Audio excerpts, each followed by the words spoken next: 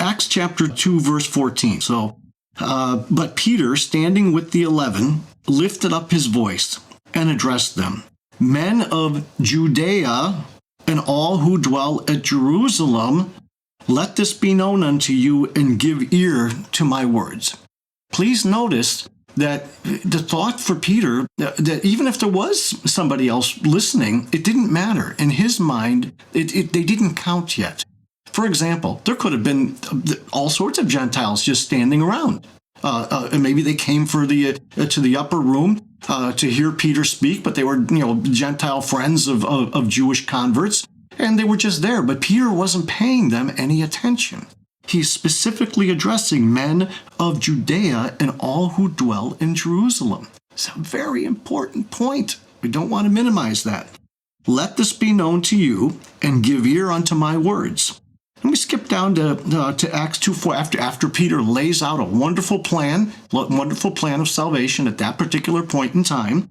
The Bible says, so those who received his word were baptized, and there were added that day about 3,000 souls.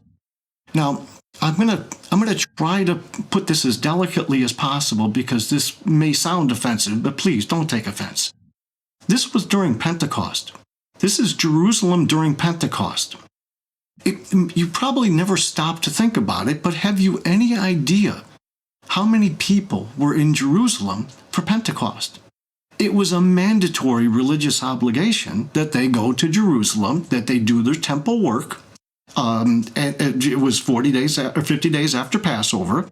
And so there were probably close to, you can say probably 3 million people in Jerusalem wouldn't be a bad estimate.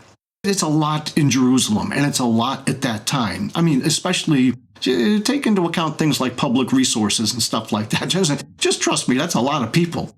And they pulled out of one of the greatest speeches that mankind had ever heard, as Peter giving the message of salvation, the message that Christ told him to deliver. They pulled a lousy 3,000 souls out of it. 3,000. Do the math on that, 0.00001, whatever it is. It was minuscule compared to how many people were present. So while we look at 3,000 and we say, wow, that's a banner day, it's not as good as it should have been.